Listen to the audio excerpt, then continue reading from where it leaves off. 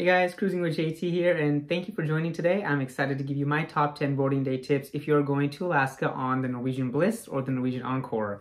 I've been on both of these ships and they're phenomenal. You're going to absolutely love this itinerary that goes to Glacier Bay National Park. I don't know if you go to Dawes Glacier as well, but if you can get Glacier Bay National Park on your Alaska itinerary, I think you're going to be really happy. So let's go ahead and get started about the top 10 boarding day tips if you're going on Norwegian Cruise Line to Alaska. Here we go.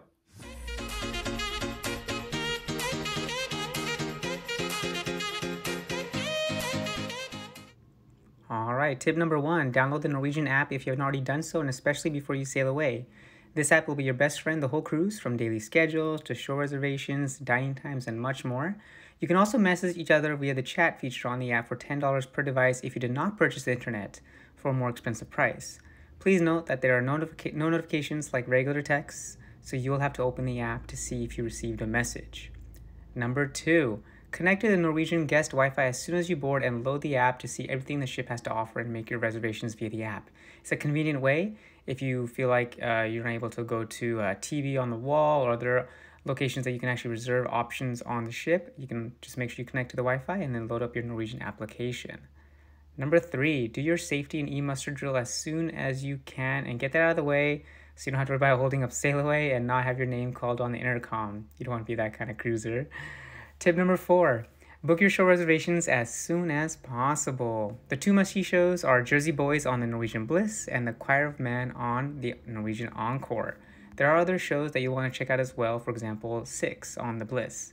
You can try booking on the Norwegian app, but it may not work, so just go to the box office located on Deck 7 outside the theater and get a piece of paper and see the entire week's schedule and then make your reservations, or like I mentioned, you can go to the TV screen nearby on the wall and reserve it that way as well after scanning your key pass card. Number 5, book your go-karting reservations as soon as possible. These go fast, but you can book them via the TV screens as well. Last I checked, go-karting costs around $20 per person for 8 laps of fun. Tip number 6, book the laser tag experience as soon as possible as well. This costs $20 for one session last I checked, but it's always fun to try at least once along with go-karting. And also, how often can you go play laser tag and go go-karting at sea? It's pretty cool. Tip number 7, book your dining reservations as soon as possible as well if you haven't already done so before the cruise. Specialty restaurants like Cagney's, Teppanyaki, and Los Lobos and others do fill up pretty fast. The one nice thing about Norwegian is that they do offer their promotions when you make your booking, so you get at least one dining experience included for free. And we typically do Los Lobos or Teppanyaki since we're vegetarian. You can pay a little bit more via your Norwegian account to get more specialty dining options as well. So definitely check that out. Tip number 8, avoid the Garden Cafe buffet, but check it out first just in case to see how busy it is.